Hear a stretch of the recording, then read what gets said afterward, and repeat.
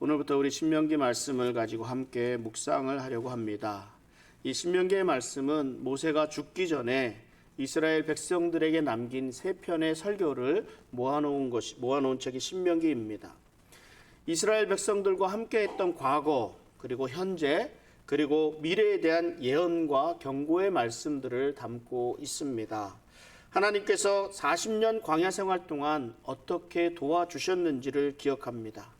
그리고 하나님이 주신 십계명과 이런 율법들을 어떻게 지켜야 할지를 자세하게 설명하고 있기도 합니다. 또한 가나안 땅에 들어갔을 때 일어날 일들에 대한 그런 일들을 미리 예언하고 또 그때 하나님의 약속을 잘 지키도록 당부하는 내용을 담고 있습니다. 어떻게 보면 모세의 이 세 편의 설교는 모세의 유언이라고 할 수 있습니다. 이제 가나안 땅을 눈앞에 둔 모세입니다. 평생을 하나님의 부르심에 순종하고 이스라엘의 지도자로서 살아왔습니다. 이스라엘을 가나안 땅으로 인도하는 역할을 감당했습니다. 그러나 그 자신 또한 가나안 땅에 들어갈 수 없는 처지가 되었습니다. 그럼에도 불구하고 모세는 이스라엘을 너무나 사랑했습니다. 당신의 이름을 하나님의 생명책에서 지우시기를 원한다고까지 하면서 이스라엘을 구하기 위해 최선을 다한 지도자가 모세였습니다.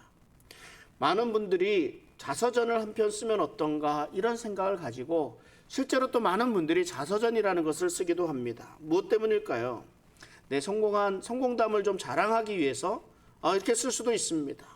어떤 정치적인, 사회적인 의미를 부여하기 위해서 자서전을 쓰기도 합니다. 내 명예욕을 세우기 위해서 자서전을 쓰기도 합니다. 그런데 정말 자서전을 쓰게 되는 이유는 내 자손들에게 좀 전하고 싶은 말이 있어서 그렇습니다.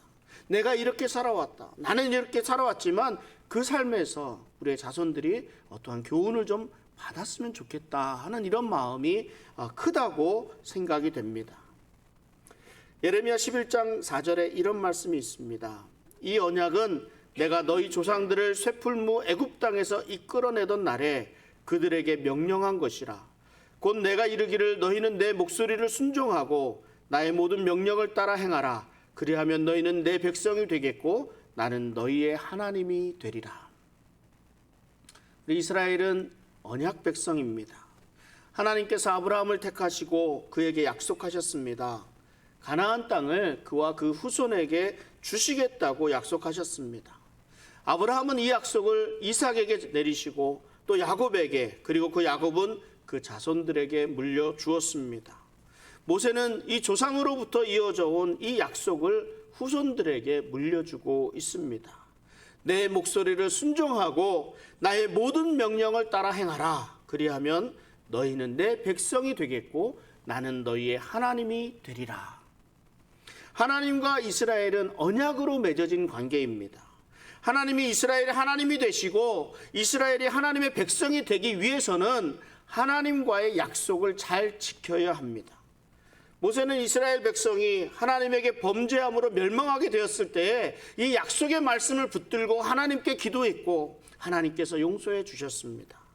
하나님과 이스라엘은 이 약속으로 얽혀있는 관계입니다. 뗄래야 뗄 수가 없습니다. 생명보다 소중하게 지켜야 할 것들입니다. 지금 모세 앞에 있는 이스라엘의 백성들은요, 출애굽 2세대들입니다. 선악을 분별하지 못했던 아이들이 이제는 광야의 40년을 지나면서 자라서 어른이 되었습니다. 하나님의 약속의 성취를 보게 되었습니다. 이들에게 모세는 하나님의 백성임은 이스라엘이 당신들이 하나님의 백성이라는 것을 확인시켜주고 있습니다. 그리고 과거의 잘못을 돌아보고 지금 해야 할 일들을 알게 하고 앞으로 하나님의 백성으로 가나안 땅에서 어떻게 살아야 될 것인가를 설명해 주시고 있습니다. 여러분들 혹시 여러분들 부모님이나 나이 드신 분들의 임종을 경험하신 분들이 얼마나 계시는지 모르겠습니다. 이 평생의 삶을 마감하는 그때에 자손들에게 하시는 그 말씀은 무언가 복잡한 것들이 아니더라고요. 물론 재산을 좀 많이 가지고 계신 분들은 나누느라고 좀 많이 복잡하겠지만 이것도 미리 정해놓으니까 막상 임종할 때는 그리 복잡한 말을 하지 않습니다. 그저 무엇 합니까? 당신들을 사랑했노라고. 그리고 당부하는 말 한마디는 신앙생활을 좀 잘했으면 좋겠다, 이런 말씀입니다. 사랑하며 살라고 말씀하십니다. 하나님이 자신의 삶을 어떻게 인도하셨는지를 생각하면서 감사하며 하나님의 은혜를 전해주는 그 모습이 얼마나 아름다운지 모릅니다. 모세는 지금 앞에 있는 출애굽 2세들에게 너희 조상들이 부모님 세대들이 잘못한 일이 무엇이었는지를 설명하고 있습니다. 젖과 꿀이 흐르는 가나안 땅을 향해 애굽에서 나왔던 이 출애굽 1세대들에게서 무슨 일이 일어났었는지를 확실하게 알 수 있도록 설명합니다. 애굽에서 430년 동안 노예 생활을 했던 이스라엘 백성들은 애굽을 나오면서 하나님이 어떤 분이신지를 알게 됩니다. 하나님은 이스라엘 백성들 앞에 하나님의 능력을 나타내셨습니다. 애굽 땅에서는 10가지 재앙을 통해서 그들이 믿고 있었던 우상들을 무너뜨리셨습니다. 애굽 사람들이 믿는 신이 아무것도 아님을 기억하게 하셨습니다.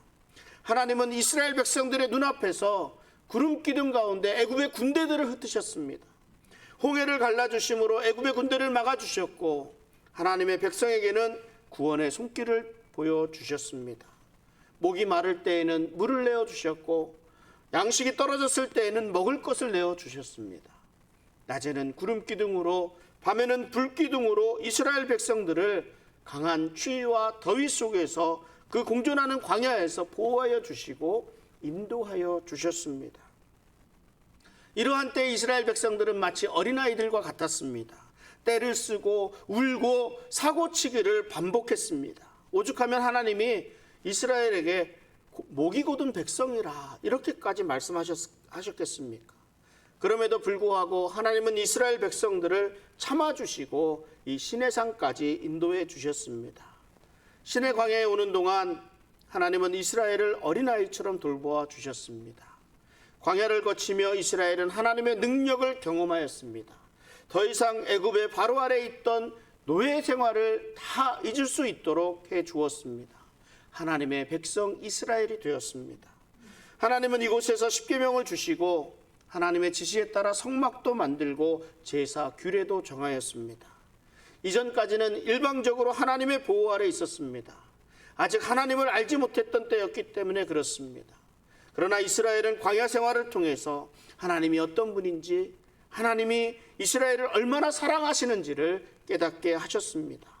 그러므로 하나님이 이스라엘에게 내가 지금까지는 너희들에게 맞추어서 너희들을 인도하고 보호하고 필요를 채워 주었지만 이제부터는 너희가 나에게 맞추어야 할 것이라 말씀하시며 십계명과 성막을 허락하셨습니다. 이 말씀이 출애굽기 19장 5절부터 8절까지 나와 있는데요.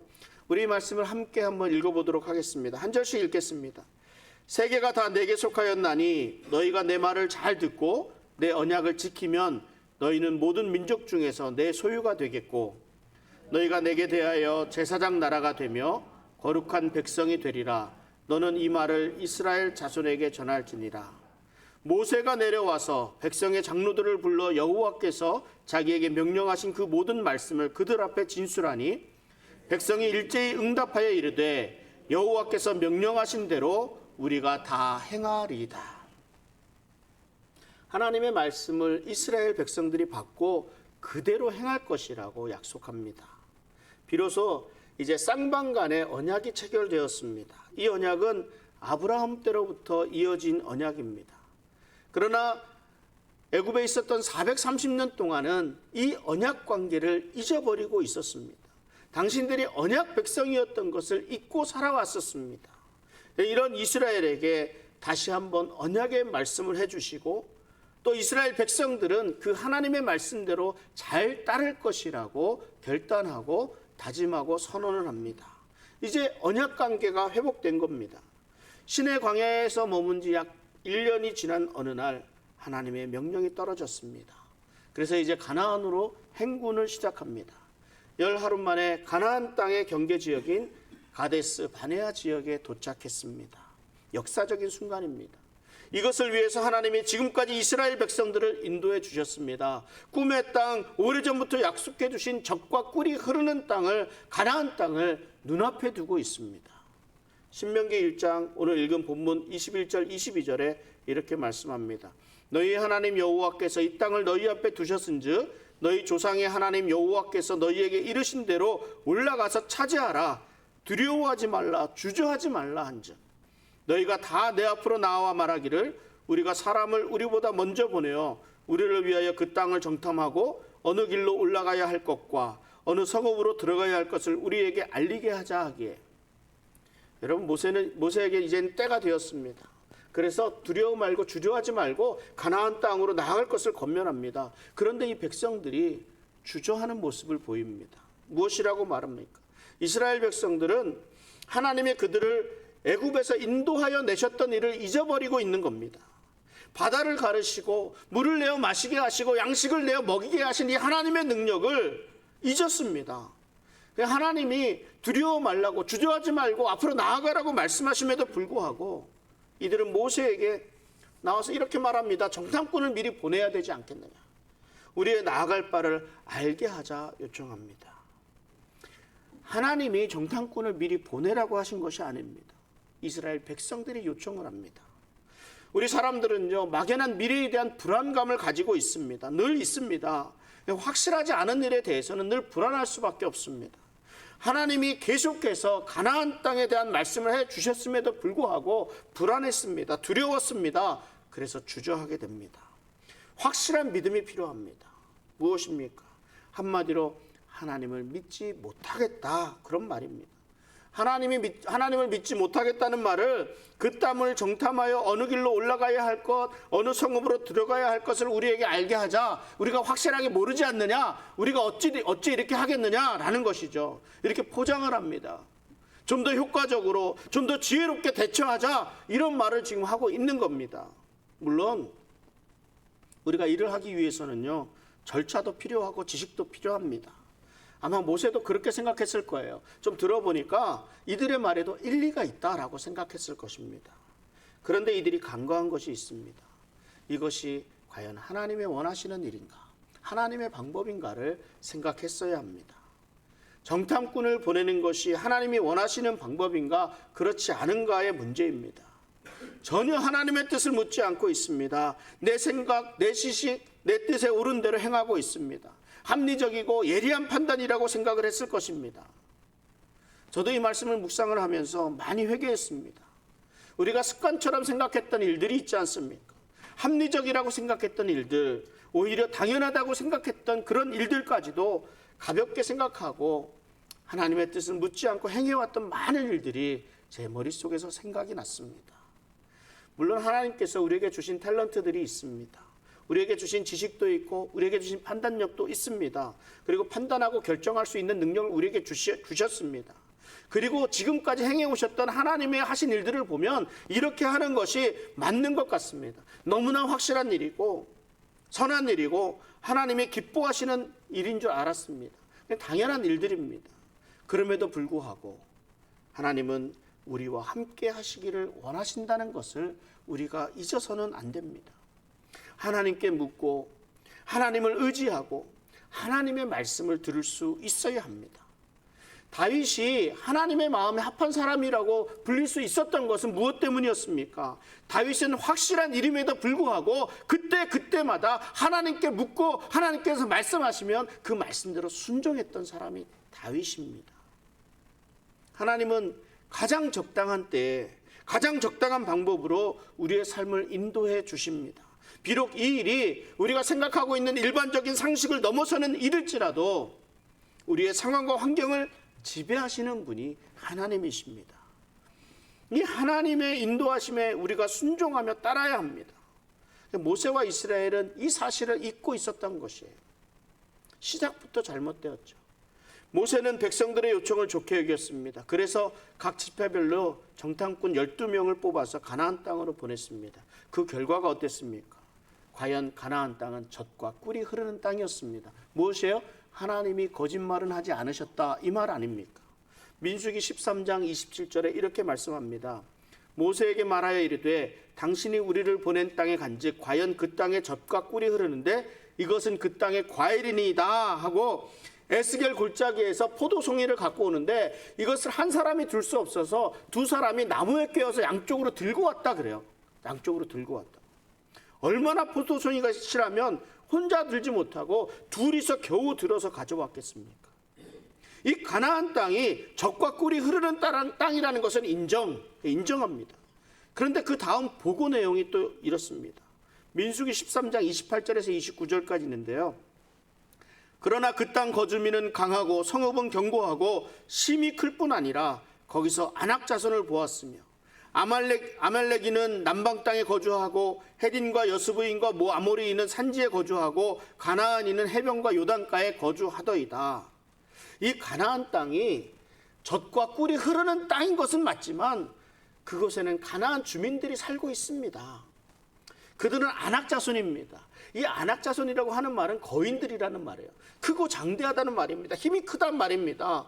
뿐만 아니라 산지와 해변가에도 가나안 사람들, 헷 사람들, 여붓 사람들이 몽땅 퍼져 살고 있습니다. 이렇게 보고합니다.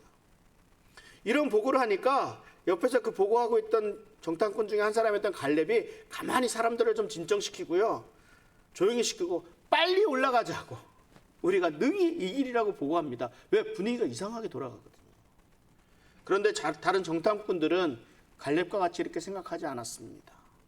그래서 민수기 13장 31절부터 33절까지 이런 말씀을 합니다. 이렇게 보고합니다. 그와 함께 올라갔던 사람들은 이르되 우리는 능히 올라가서 그 백성을 치지 못하리라. 그들은 우리보다 강하니라 하고 이스라엘 자손 앞에서 그 정탐한 땅을 악평하여 이르되 우리가 두루 다니며 정탐한 땅은 그 거주민을 삼키는 땅이요, 거기서 본 모든 백성은 신장이 장대한 자들이며 거기서 네피림 후손인 아낙 자손의 거인들을 보았나니 우리는 스스로 보기에도 메뚜기 같으니 그들이 보기에도 그와 같았을 것이니라. 그들은 거인이고 우리는 메뚜기 같다고 할 수가 없다고, 능히 할 수 없다고 보고합니다. 그들이 우리보다 강하다고 합니다. 가나안 땅이 좋은 땅이기는 하나 우리가 감당할 수 없는 일이라고 보고합니다. 이 보고를 받은 출애굽 1세대들이 어떻게 반응을 했는지 민수기 14장 1절부터 3절까지 이렇게 나옵니다. 같이 한번 읽어보겠습니다. 온 회중이 소리를 높여 부르짖으며 백성이 밤새도록 통곡하였더라.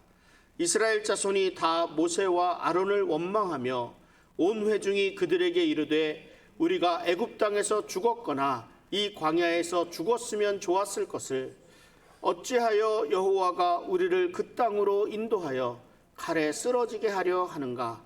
우리 처자가 사로잡히리니 애굽으로 돌아가는 것이 낫지 아니하랴. 가나안 땅을 주시겠다는 이 하나님의 약속의 말씀이 부당하다고 하면서 거부하고 있습니다.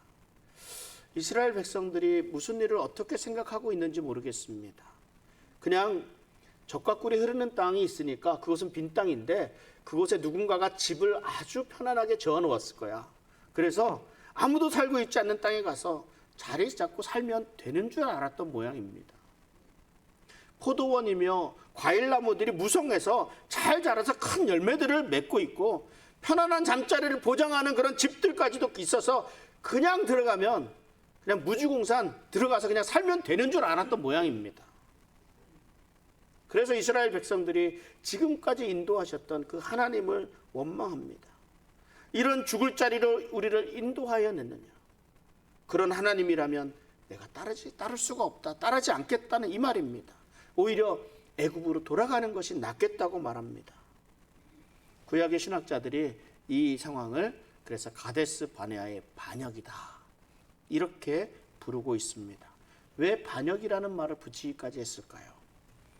하나님과의 약속을 일방적으로 파기했기 때문에 그렇습니다. 하나님의 말씀을 따르겠다고, 잘 지키겠다고, 그대로 행하겠다고 약속했지만 자신의 위험에 처하게 되니까 금방 마음이 변합니다.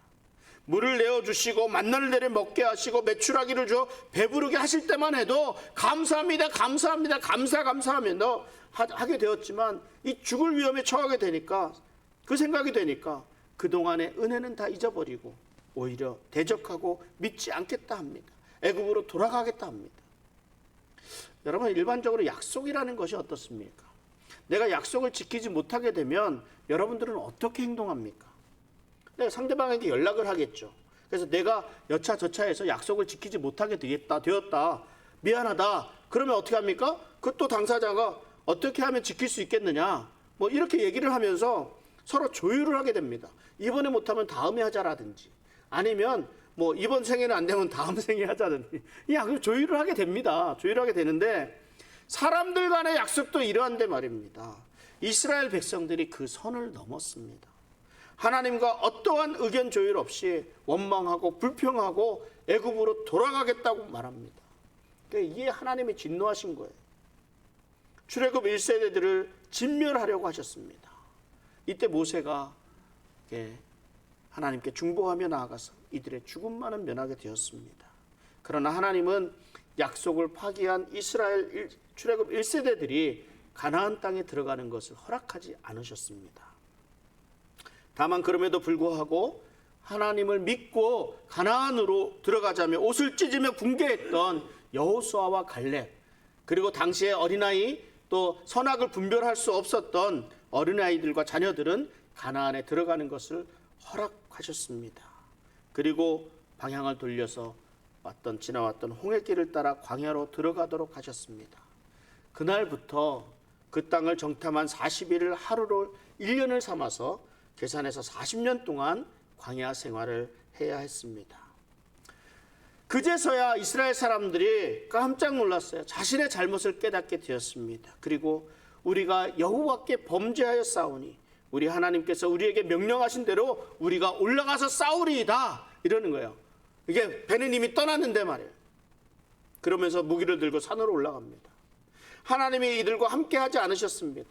하나님은 올라가지 말라고, 싸우지 말라고, 싸워도 안 된다고 이렇게 말씀을 하셨지만, 이미 피할 것을 알고 계셨지만, 모세가 이들을 말렸지만 이들은 자기들의 뜻대로 또 올라갑니다. 올라가서 어떻게 됐습니까? 아모리 족속에게 쫓겨서 저 그 밑에 지변까지 다 쫓겨나 패배하고 말았습니다. 그러면서 통곡합니다. 이때에도 여호와께서 소리를 듣지도 아니하시고 귀를 기울이지도 아니하셨다고 모세가 회상하고 있습니다. 참 안타까운 일입니다. 이스라엘 백성들의 이 어리석은 모습이 느껴집니다. 이스라엘 백성들은 하나님의 약속의 말씀을 믿지 못했기 때문에 가나안 땅에 들어가지 못했습니다. 이스라엘의 출애굽 1세대들이 믿지 못한 이유가 어디에 있었을까요? 그들의 눈에 현실이 보였기 때문에 그렇습니다. 눈으로 보았기 때문에 그렇습니다. 눈으로 보니까, 직접 보니까 가나안 거민들이 너무나도 강하고 너무나도 크게 아주 절벽처럼 보였기 때문입니다. 오죽하면 자기들이 메뚜기 같다고 그렇게 생각하지 않겠느냐고까지 말을 할까요? 그런데 생각해 봐야 합니다. 가나안 땅을 주기로 하신 분이 누구입니까? 하나님입니다. 이스라엘 백성들이 자기들이 살 곳을 찾아 나선 것이 아니라 하나님에 의해서 주어진 곳입니다. 가나안 땅을 허락하신 하나님은 능력의 하나님이십니다. 광야 생활을 하는 1년 동안 그 만난 이스라엘 백성들이 만났던 하나님은 능력의 하나님이셨습니다. 물을 가르고 마실 물을 내어주고 양식을 내려주시고 메추라기까지 보내주셨던 그런 능력의 하나님이십니다. 그런데 이들의 눈에 강한 적이 보이고 현실이 보이게 되니까 오히려 하나님이 보이지가 않습니다. 하나님의 능력이 사라진 것만 같습니다. 그러니까 믿지 못하게 되는 거예요. 이 가데스 바네아의 반역 사건은 이스라엘 백성들에게만 해당되는 일은 아닙니다. 오늘 우리들이 얼마나 많은 착각 속에서 살아가는지, 얼마나 어리석은 판단을 하며 살아가는지를 살펴볼 수가 있습니다. 하나님의 약속의 말씀은 우리에게 소망을 주십니다. 하나님 나라의 소망은 우리가 삶을 살아가는 데 있어 큰 힘이 됩니다. 그런데 우리의 현실은 그렇지 않습니다. 현실은 막막합니다. 수많은 문제들 사이에 둘러져 있습니다. 한치 앞이 보이지 않는데 저 멀리 있는 것만 같은 하나님 나라는 보이지도 않습니다. 그래서 현실의 벽에 갇혀서 살아가는 사람들이 있습니다. 또 어떤 사람들은 너무 쉽게만 생각을 합니다. 예수님을 믿는다는 것이 결코 어렵지는 않습니다. 그러나 믿음을 가진 이후의 삶은 결코 만만한 삶이 아닙니다. 나만을 생각하며 살았던, 그러면 생각하면 되었던 삶에서 이제는 다른 사람을 생각해야 합니다. 내 생각대로 살던 삶에서 이제는 하나님을 생각해야 합니다. 복음을 전해야 하는 사명 또한 가지고 있습니다. 해야 할 일도 많고 걸리는 일도, 걸리적거리는 일들도, 장애들도 참 많이 있습니다. 아무 것을 안 해도 나는 하나님 나라에 갈 수 있다는 이 생각은 우리가 버려야 합니다. 우리 안에 예수님이 살아계시기 때문에, 우리 안에 성령님이 우리를 위해서 늘 간구하시기 때문에 우리 안에는 늘 우리에게 도전하십니다. 무엇을 도전하십니까? 사랑하라, 섬기라, 베풀라, 나누라, 이렇게 말씀하십니다. 이런 하나님의 음성에 귀를 기울일 수 있어야 합니다. 그리고 그 말씀에 순종하는 삶을 살아야 합니다. 그런데 현실의 벽이 너무 높기 때문에 그 너머에 있는 은혜의 자리를 보기가 너무나 어렵습니다. 그래서 우리에게 믿음이 필요합니다. 세상의 모든 것들이 우리의 마음을 흔들어 놓습니다. 눈앞에 놓인 해결해야 할 문제들은 우리들의 삶의 우선순위를 흔들어 놓습니다. 하나님 중심으로 살고 싶습니다. 말씀 중심으로 살고 싶습니다. 교회 중심으로 살고 싶습니다. 그렇습니까? 아멘? 이렇게 하면 아멘 소리가 나와야 되는데 아무도 안 나와요. 그런데 내가 살고 싶다고 해서 살 수 있는 것이 아닙니다. 우리의 안과 우리의 밖에서 가로막고 있는 장애물들을 제거해야 합니다. 내 안에 있는 내 중심적인 생각, 내 중심적인 삶, 이 게으른 삶 등을 내려놓아야 합니다. 그리고 그 현상 너머에 있는 하나님의 뜻, 하나님의 계획, 하나님의 섭리, 이런 것들을 깨달을 수 있는 지혜가 필요합니다. 이 믿음으로 사는 것, 흔들리지 않는 그런 믿음의 삶이 필요합니다. 이 믿음은 어떤 상황과 환경에 영향을 받는 믿음이 아닌 하나님의 말씀 위에 확신할 수 있는 든든한 믿음이어야 합니다. 이 가데스 바네아의 반역 사건은 인간의 간사함을 그대로 볼 수가 있습니다. 눈에 보이는 현실에 굴복할 수밖에 없게 되는 이유입니다. 그럼에도 불구하고 우리에게는 믿고 의지할 분이 계십니다. 예수님은 이 세상 끝날까지 우리와 함께 하시겠다고 약속하셨습니다. 이 약속의 말씀을 붙드는 삶이 되어야 합니다. 모세는 지난 과거에 저지른 이스라엘의 반역의 사건을 회고합니다. 저마다 과거를 대하는 방식이 다릅니다. 과거에 사로잡혀서 사는 사람들이 있습니다. 지난 잘못에서 헤어나지를 못합니다. 아픈 상처, 그 고통스러운 기억들로 인해서 오늘을 잘 살아가지 못하는 사람들이 있습니다. 이런 사람들은 과거에서 벗어나야 합니다. 떨쳐버리고 일어나야 합니다. 또 어떤 사람들은 과거를 아예 잊어버리고 사는 사람들이 있습니다. 그러니까 똑같은 실수를 계속해서 반복합니다. 우리가 잊어서는 안 되는 일들이 있습니다. 그리고 과거의 사건을 교훈으로 삼아서 현재를 살아가는 사람들이 있습니다. 과거의 잘못을 반복하지 않도록 기억하고 명심하고 바로잡아서 또 다른 실수를 하지 않도록 합니다. 모세가 지금 출애굽 2세들에게 전하고 있는 그런 말씀입니다. 오늘 신명기 1장 8절 말씀을 다시 한번 같이 보겠습니다. 내가 너희의 조상 아브라함과 이삭과 야곱에게 맹세하여 그들과 그들의 후손에게 주리라 한 땅이 너희 앞에 있으니 들어가서 그 땅을 차지할지니라. 하나님께서 너희들에게 출애굽 2세들에게 다시 한번 기회를 주시고 있다는 말씀입니다. 이전의 세대들, 너희들의 부모 세대들은 잘못했지만 너희들은 하나님의 말씀에 순종해서 그 약속이 이루어지도록 하라는 그런 간절한 부탁과 기대가 담겨 있습니다. 늘 우리는 실수하고 실패하고 잘못을 반복하고 있습니다. 이래서는 안 됩니다. 우리의 실수는 이제는 3번의 실수가 이제 2번으로 좀 줄고 2번 하던 실수는 1번으로 다시는 똑같은 잘못을 범해서는 안 됩니다. 어제보다는 오늘보다는 더 나은 내일이 되어야 합니다. 신실하신 하나님의 약속의 말씀을 붙잡고 변함없는 믿음으로 약속의 말씀에 순종하며 살아가는 우리 복된 성도의 삶이 되시기를 주님의 이름으로 축원합니다. 기도하겠습니다. 하나님